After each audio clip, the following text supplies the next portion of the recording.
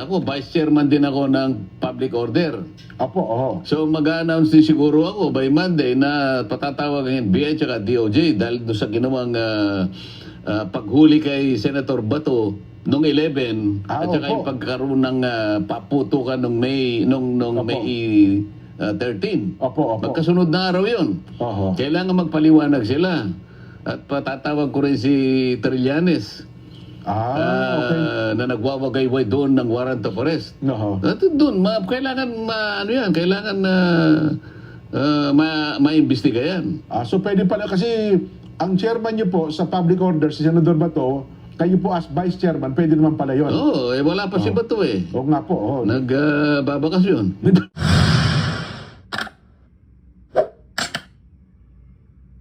Balik po sa ganang mamamayan. So, Sen, sa Monday, expect na natin, mag-schedule na po ang, bagmat wala pa yatang representative ang minority sa Blue Ribbon Committee, Sen. Kaya Wala nilang po ba? magbigay eh. Kasi sabi okay. nila siguro, ito naman, sarili ko lang na opinion. Opo. Wag na kasi makukuha naman natin kaagad dyan. Ganun ba ang kanilang pananaw? Kaya pala hindi sila naglalagay ng mga representative Pangkaraniwan na kasi, committee. pangkaraniwan na Opo. pagkaganyan dahil organization na, yung minority leader, magsasubmit siya ng pangalan Oho. sa mga tao niya. Ito, gusto namin dito, si ganito dito, si ganyan, Oho. ganyan. Oho. Sabi nila, hindi na kailangan niya kasi it's only a matter of time. Ganun na iniisip nila. Ganun ba? Oho. Pero kung halimbawa, wala pong representante minority, pwede pa rin magpatawag ng hearing ang BRC? So, bakit hindi? Kung ayaw nila, di Oho. kahit dalawa lang kami. Oo. Kasi ang chairman nyo, Senadora Pia, tapos dalawa kayong vice chairman, abagay, nakapag gano'n naman, no? Siyempre, hindi sila pupunta eh. Kasi Opo. nga ayaw nila mag-participate, di ba? Opo, oo. O di majority yung kasama ko, may kasama akong dalawa, di okay. Tuloy na yun, Oo. Oo. Oho. Ito, sabi Hindi daw po- lamang yun, ha? Hindi Opo, lamang opo. yun. Ako, vice chairman din ako ng public order. Opo, oho. So mag-a-announce din siguro ako by Monday na patatawag ang NBI at DOJ dahil doon sa ginawang paghuli kay Senator Bato noong 11 at saka opo. yung pagkaroon ng paputukan noong May, Opo. May 13. Opo, opo. Magkasunod na araw yun. Oho. Kailangan magpaliwanag sila. At patatawag ko rin si Trillanes Okay. na nagwawagayway doon ng warrant of arrest. Oho. At doon, kailangan maimbestiga yan. So pwede pala kasi ang chairman niyo po sa public order, si Senador Bato, kayo po as vice chairman, pwede naman pala yun. Oo, wala pa si Bato eh. Oo nga po, oo. Nagbabakasyon. Hindi ko matagpuan. Ito, tingnan mo ang ginawa na naman nila. Oho.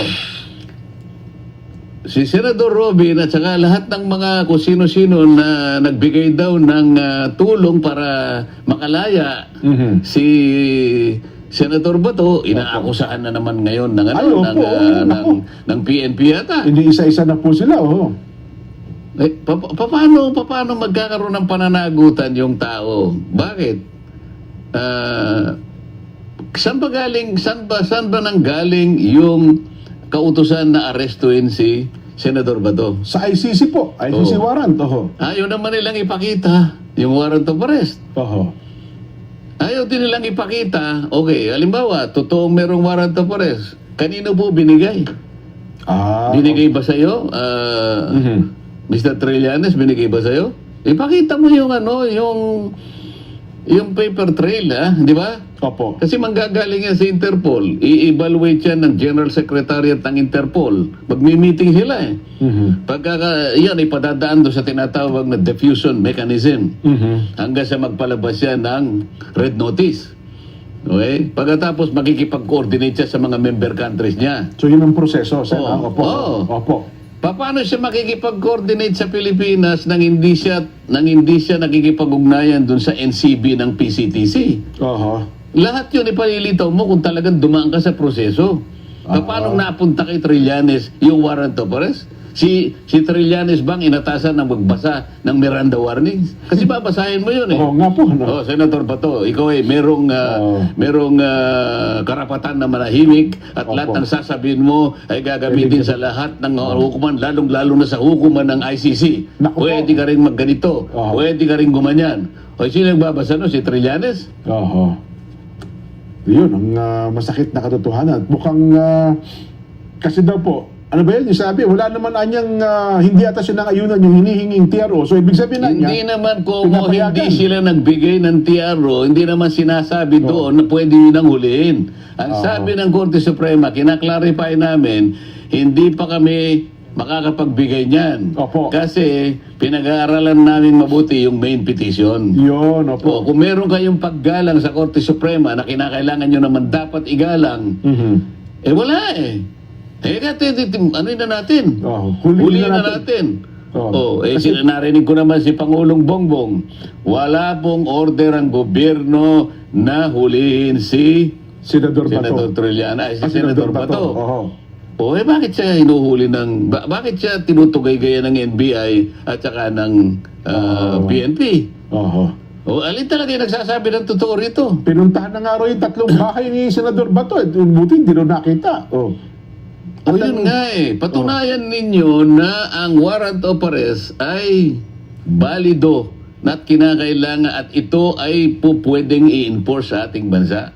mukhang kinikilala po ng DOJ Secretary Sen eh. Oo. Balido. Ayun, tataka nga po ko. Mismo DOJ Baka natin. sila ang kumikilala. Oho. Sige, pumunta ka sa Russia. I-implement mo, huliin mo si Vladimir Putin kapag hindi ikaw ang kinulong. Oo Di nga ba po. sinasabi ko, ito, napag-usapan na natin ng mga nakaraan. Oho. Si Benjamin Netanyahu pumunta ng Canada. Oo. So nagplano yung Interpol. Pakihuli po ninyo si Benjamin Netanyahu dahil meron pong warrant of arrest ang ICC. sa kanya. Canada is a member of ICC. Sabi ng Ng Canada. sabi ng Canada, neck mo. Pinauhuli siya nagpunta yata sa Mongolia si Vladimir Putin. Oho. Ang Mongolia is a member of ICC. Okay. Opo. Na hindi siya pwedeng huliin dito kanya. Oho. Ayaw namin. Anong ibig sabihin nun, Jen, na palagi nating pinapaliwanag? Yung implementation ng warrant of arrest ng ICC depends Oho. on the voluntary action of a member party. Kung gusto niya. Oho. Kung ayaw niya, hindi pwede. Baka naman tinanggal sa ICC yung Mongolia at Canada, Sen, kasi hindi nila ini-implement yung mga Dito sa ating ASEAN, sabi ko nga ang may membro na lang ng ICC, Cambodia. Cambodia na lang. Siguro baka sana doon nila ibaling sa Cambodia tapos pahuli si Senator Bato. Baka i-implement ng Cambodia. Pero tayo, hindi na nga tayo member eh. Oho. Hindi na nga tayo member. Hindi ba nakalagay sa saligang batas, Jeff? Opo. Ang linaw-linaw doon eh. Ibig bang sabihin ng ICC, mas mataas pa siya sa Korte Suprema ng Republika ng Pilipinas? Hindi ho. Di ba? Hindi eh. Kinikilala Noong namin nakapirma eh. tayo sa treaty, okay. Pero wala na nga treaty eh. Oo. So wala na pong binding leak, wala na pong authority. Ang ICC, mga kababayan, 24 years old lang as of May 2026. Alam po niyo kung gaano na po katanda ang Korte Suprema ng Pilipinas? Oho. 125 years. Gano'n na tayo, no? Pagkatapos, paiilalim ba ang ating Korte Suprema sa ICC? Oho. Ayan po yung mga tanong eh. Kaya nga, pagka nagkaroon ng hearing, Oho. ayan po, binibigyan ko na po kayo para alam na po niyo isasagot nyo. Makapaganda na sila, Pero pagdating nyo po, hindi po itatanong ko sa inyo. Tandaan po ninyo. Si Secretary Bida, alin ba? Secretary Bida. Dumating po kayo. Ito pong pinag-uusapan, sinasabi ko sa inyo ngayon, hindi ko na po itatanong, iba na po itatanong ko sa inyo. Ayan. Naku. Ito pala, may announcement po, Senador SP Alan Sen, no? Senate President Alan Peter Cayetano has announced the creation of a Blue Ribbon Subcommittee that will focus exclusively on the alleged flood control scandal. Ayan. Subcommittee na. Opo. At mukhang kayo yata ilalagay na chairman ng subcommittee. Kasi baka si Senator Pia, kung baka naman kung sino-sinong kumakausap dyan, baka nabuisit na. Ganun. Tayo kung kinakausap ako, Oho. nakagaya ng ginagawa nila kay Senator Jinggoy. Oho. Ayun. Hindi, bahala sila. Sa inyo po kasi ako lang nakakakausap eh. Kasi, dalawa lang naman kami ni Senador Jinggoy ang vice chair. Oo nga po, oo. O winawarrant na si Jinggoy, di ako na lang ang natira. Ayun. O baka may hindi na ako makatawag kasi nga, pati ako inaresto na rin. Ayun, ang masakit na katotohanan. Di ba? Opo, oo. Hindi, nakangiti ka lang, pero ito sinasabi ko nga sa'yo. Oo. Maaari po nilang gawin ito, mga kababayan. Nako, oo. Ako po, ginagamit kong halimbawa ang ginawa nila sa akin. Mhm. Maliwanag na maliwanag po sa sikat ng araw, wala pong plunder na involved. Hindi po totoo yung sinasabi nila, lalo na po yung mga bugadong pulpul na naggagaling-galingan dyan, na kahit na po pribadong pondo na itinulong ng isang kaibigan na lang-alang lang sa kanyang hindi rin kagustuhan eh. Oho. Sa kanya lang pag-asa na baka sakaling manalo ako dyan. Babaho naman. Isasangkot mo pa sa plunder. Kung hindi nyo kaibigan, hindi kayo tutulungan nun. Kanina pinaliwanag ko na Opo, sa'yo eh. Gusto ko mangako ng mga bagay na maaaring kung may tulong sa kanila Oo. sa mga darating na panahon. Tatawanan lang nila ako eh. Siguro sasabihin niya, boss, huwag na. Ikaw naman ay number 33 ka eh. Di ba? Kung ikaw ay number 2, boss, sigurado. May laban tayo dyan. Yan, oo. Di ba? May impluensya ka na pagka nagkataon, oo.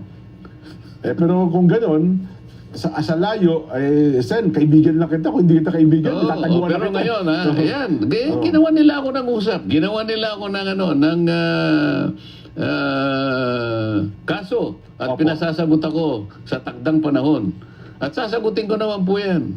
Kaya lang, hindi naman po ako optimistic. Alam ko po kahit ano pang isagot ko, dahil sa kagustuhan nila, na mawala rin ako doon sa mga pagtatalong importante, Oho. lalong-lalo na po yung pagtukoy ng tunay na may kasalanan. Dahil sa flood control na yan, gagawin po nila lahat. Lahat, Alang-alang lamang po doon sa kanilang kagustuhan, mapagtakpan lahat ang mga magnanakaw at mga walang hiya sa gobyernong ito. Mhm.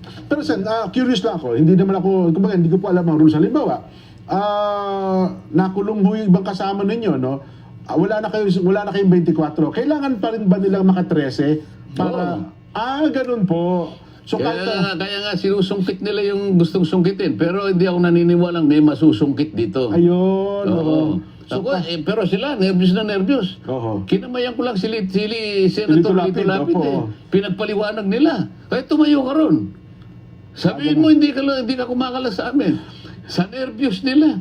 Masama bang kamayan ko yun ay kapareho kong Kapampangan? Oo nga po naman, Kapampangan. Nagpasalamat lang ako. Sabi ko, Senator Lito, talaga naman ako, hindi ko malaman kung paano kita pasasalamatan Oo. sa pinapadala mo sa aking tibok-tibok.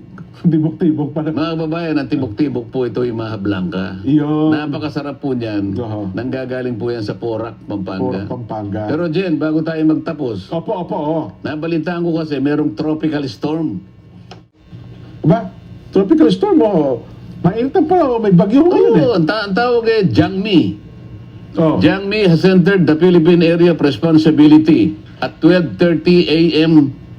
today. Okay, nga na lang. Opo. May 29, 2026.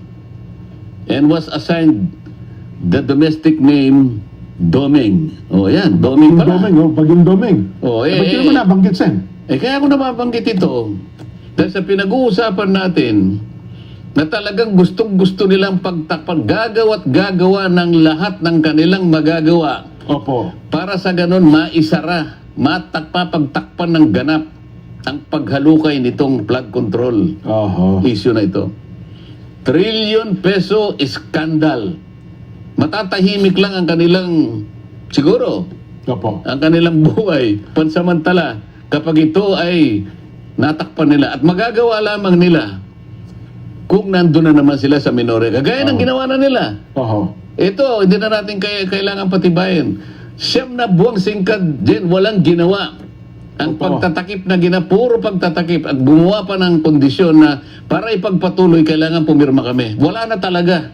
Oo. Wala na talaga nga saan. Kaya ko lang nabanggit si Doming. Opo. Ayun. Kailangan lang makialam na naman ang kalikasan. Naku, sa alam nyo, kung plano nilang pagtakpayan, mahirap yun kasi tuwing bumabagad, Baka bumabaha. mamaya, wag naman sana Naalala ng tao yun, eh. naman sana dumating si Domeng na dala-dala ang lahat ng buhos ng ulan na kanyang madadala rito. Oho. Ako nakikiusap ako sa iyo, Domeng, habang ikaw ay nandyan pa lang at hindi ka pa talaga nalalasa. Sapagkat ang mga kababayan namin, bugbog na sa kahirapan. Naku. Kung gagawin mo lang ito para ipaalala uli sa amin, sana matauhan naman yung mga taong nagtatangka na naman para sa ganoon ay takpan ito. Naku po. Ito din, kaya ako nasabi lang, Opo, opo, oh. hanggang gaano pa bang kailangan nila? Di ba? Mhm. Ba't di nila ayusin ang problemang ito para sa ganon? Sumulong na ang bansa natin kesa kung ano ang pinaggagawa na sa tingin ko, baka lumala pa ang problema natin. Oho. Baka naghihintay pa ng mga 3 Yolanda siguro ang wag naman sana yung Yolanda napakabigat po niya, no?